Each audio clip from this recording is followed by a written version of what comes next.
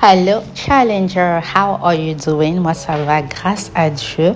C'est un plaisir de vous retrouver de nouveau au travers de nos audios, de nos podcasts. Nous sommes de retour avec un nouveau livre.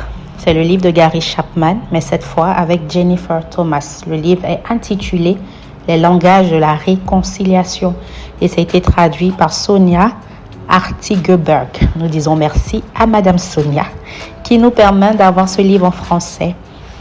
Prions, Père, nous te bénissons. Merci pour ce nouveau livre. Merci pour cette étude. Fais-nous du bien. Enseigne-nous, apprends-nous à connaître les différents langages de pardon, les différents langages de réconciliation avec les personnes qui nous entourent. Au nom de Jésus.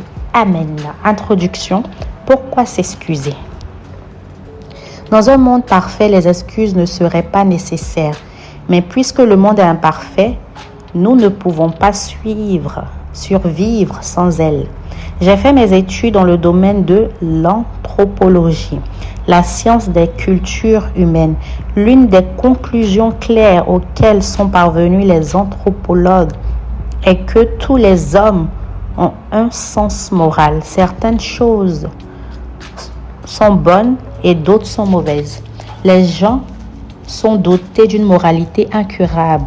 On appelle souvent conscience. Cette part en nous qu'un psychologue ou un théologien expliqueront chacun à leur manière. Il est vrai que la norme morale subit l'influence de la culture. Par exemple, chez les Inuits, si quelqu'un au cours d'une randonnée vient à manquer de nourriture, il a parfaitement le droit d'entrer dans un igloo et de manger ce qu'il y trouve. Dans la plupart des sociétés occidentales, pénétrer dans une maison inoccupée est considéré comme une violation de domicile, un délit qui entraîne une punition. Cependant, bien que cette norme varie d'une culture à l'autre, voire au sein d'un même peuple, chaque être humain a le sens du bien et du mal. Quand cette norme est transgressée, la personne qui subit le préjudice éprouve de la colère. Elle se sent trompée et en veut à celui qui a trahi sa confiance.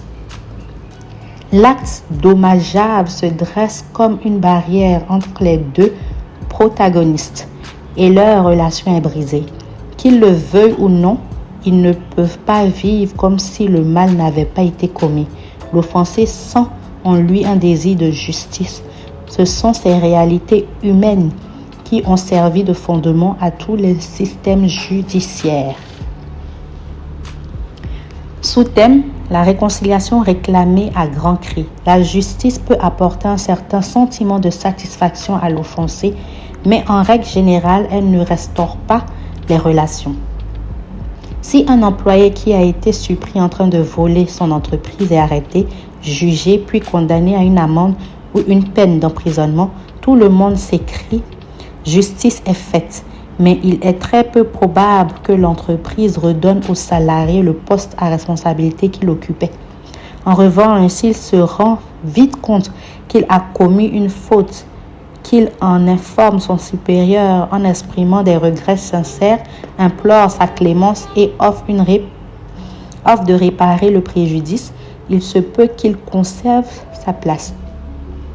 Le genre humain est étonnamment enclin au pardon. Je me souviens avoir visité il y a plusieurs années la ville de Coventry en Angleterre, tandis que je me tenais au milieu des ruines de la cathédrale bombardée par les nazis. J'écoutais le guide raconter l'histoire du nouvel édifice érigé à côté des décombres de l'ancien. Quelques années après la guerre, un groupe d'Allemands était venu aider à sa construction en signe de contribution. Tout le monde avait été d'accord pour que les ruines demeurent dans l'ombre du second édifice.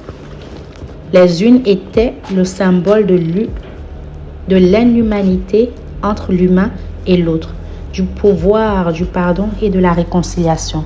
Quelque chose en nous réclame à grands cris la réconciliation. Quand les méfaits ont brisé une relation, ce désir est souvent plus puissant que l'envie de justice.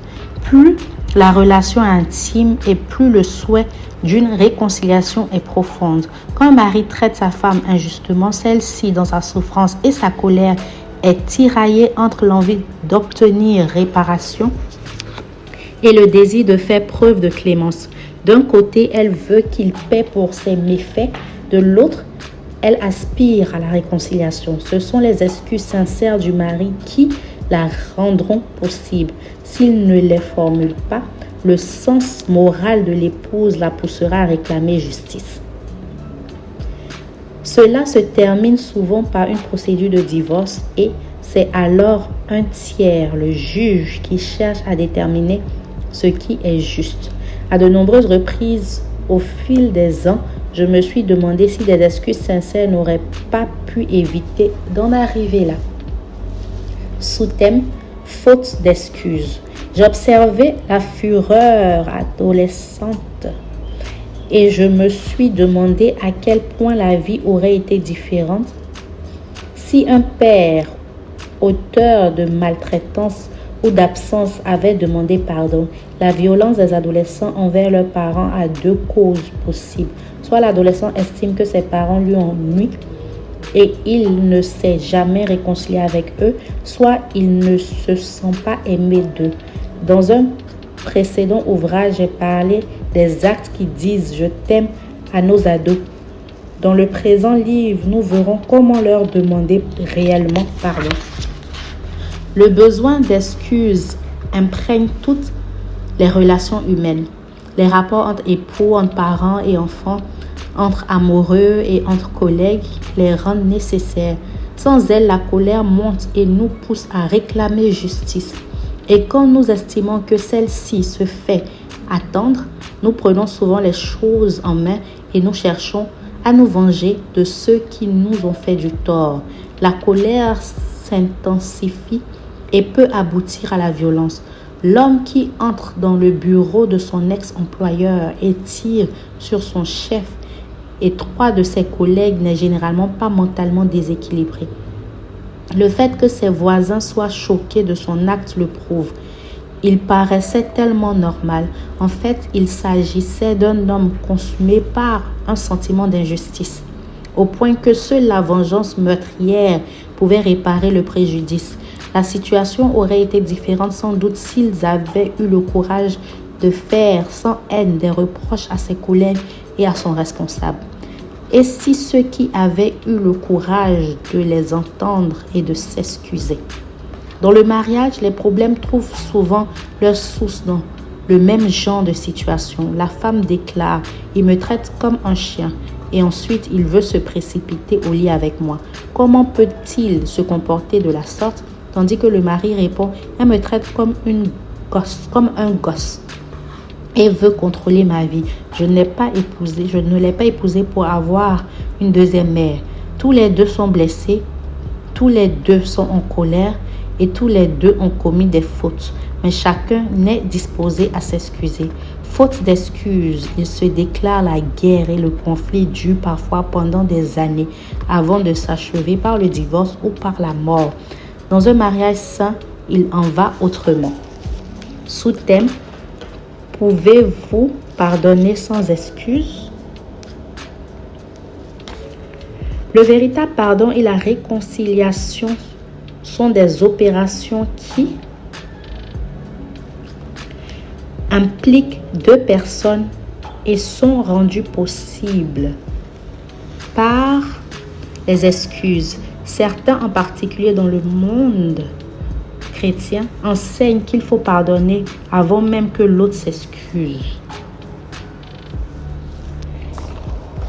S'inspirant d'une parole de Jésus, ils diront à l'épouse dont le mari a été infidèle et continue de l'être, vous devez lui pardonner, sinon Dieu ne vous pardonnera pas non plus. Une telle interprétation de l'enseignement de Jésus ne concorde pas avec le reste des leçons que la Bible donne sur le pardon. Le chrétien a pour instruction de pardonner aux autres de la même manière que Dieu pardonne. Les Écritures indiquent que si quelqu'un confesse ses torts, Dieu les lui pardonnera. Rien dans l'Ancien ni le Nouveau Testament ne précise que Dieu pardonne les fautes des gens qui ne se sont ni confessés ni repentis. Quand un pasteur ou un prêtre encourage une épouse à pardonner à son mari volage alors que celui-ci continue de mal agir, il exige d'elle ce que Dieu lui-même ne fait pas. Jésus enseigne plutôt à être toujours disposé à pardonner à ceux qui se repentent. Certains s'opposent à cette idée en déclarant que Jésus a, comme son Père, le fait pardonner à ses meurtriers. Mais ce n'est pas ce que l'on trouve dans la Bible. En fait, Jésus a prié, « Père, pardonne-leur, ils ne savent pas ce qu'ils font. » Il a montré la compassion de son cœur et son désir de voir ses assassins pardonnés. Cela devrait être notre désir également. Mais le pardon de ces hommes est venu plus tard, lorsqu'ils ont reconnu avoir effectivement tué le Fils de Dieu. Le pardon sans excuse est souvent encouragé pour le bien de celui qui pardonne plutôt que pour celui du fautif. Ce genre de pardon ne mène pas à la réconciliation. Quand il n'y a pas d'excuse, le chrétien devrait plutôt être encouragé à remettre la personne à la justice de Dieu et à remettre sa colère à Dieu en usant de patience. Dietrich Bonhoeffer, le grand théologien mort dans un camp de concentration en 1945, a plaidé contre le fait de prêcher le pardon sans exiger la repentance. Il a qualifié ce pardon de « grâce bon marché », équivalent à la justification du péché sans justification du pécheur repentant. Le pardon authentique ôte la barrière que le tort avait créée et ouvre la porte à une confiance qui se reconstruira avec le temps. Si la relation était chaleureuse et intime avant le méfait, elle peut redevenir affectueuse. S'il ne s'agissait que d'une relation liant de simples connaissances, elle peut s'approfondir grâce au processus dynamique du pardon. Si le mal a été infligé par une personne inconnue, telle qu'un violeur ou un meurtrier, aucune relation antérieure n'est à restaurer. Si le coupable a demandé pardon et si vous lui avez pardonné, chacun de vous est libre de poursuivre son chemin de son côté. Le criminel doit toutefois affronter le système judiciaire que la société a mis en place pour traiter les comportements déviants. Sous-thème, le conteneur de 20 litres. Quand nous présentons des excuses, nous acceptons la responsabilité de notre conduite en cherchant à réparer le tort causé. Les excuses sincères ouvrent sur le pardon et la réconciliation. La relation peut ensuite continuer de se construire sans excuse. Le tort se dresse telle une barrière entre les personnes. Les rapports de qualité sont toujours marqués par la volonté de s'excuser, de pardonner et de se réconcilier. Si de nombreuses relations sont froides et distantes, c'est parce que les gens l'ont oublié. De plus, des excuses sincères soulagent la culpabilité. Représentez-vous votre conscience comme un conteneur de 20 litres attaché à votre dos. Représentez-vous votre conscience comme un conteneur de 20 litres attaché à votre dos. À chaque fois que vous causez du tort à quelqu'un, c'est comme si 4 litres de liquide s'y déversaient. Au bout du 3 ou 4e injustice commise, votre conscience est pleine et vous alourdit. Elle vous procure alors un sentiment de culpabilité et de honte. Le seul moyen de la vider efficacement consiste à demander pardon à la personne que vous avez offensée. Vous pouvez alors à nouveau regarder l'autre dans les yeux et vous dans la glace. Ce qui ne signifie pas que vous êtes parfait à nouveau, mais simplement que vous avez su vous reconnaître responsable de la faute. Peut-être avons-nous ou n'avons-nous pas appris l'art de s'excuser dans l'enfance.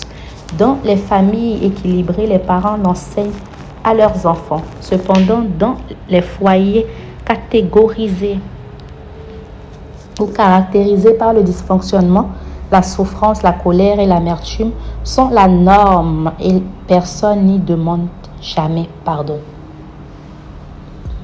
Sous-thème, Pouvons-nous apprendre à nous excuser? Bonne nouvelle, l'art de s'excuser peut s'apprendre.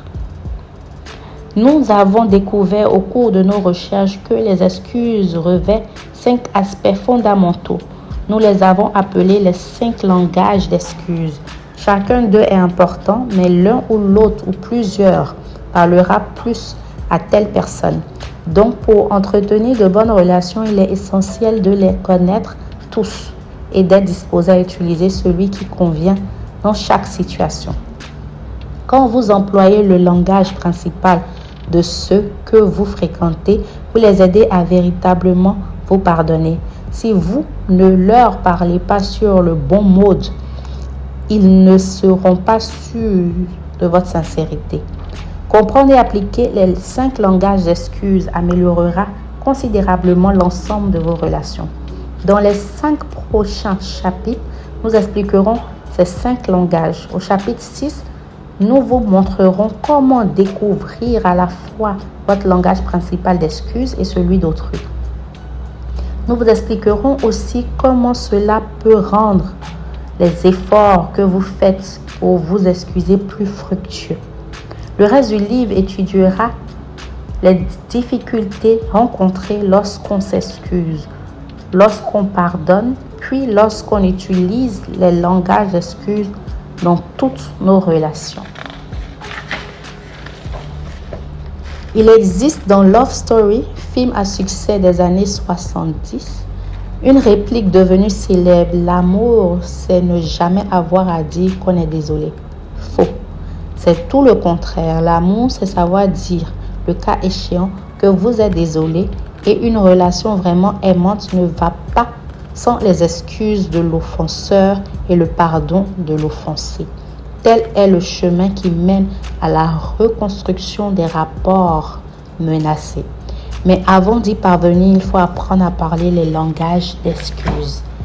Ainsi prend fin l'introduction sur les langages de réconciliation. C'est avec joie que je vous ai servi. Il est déjà très intéressant.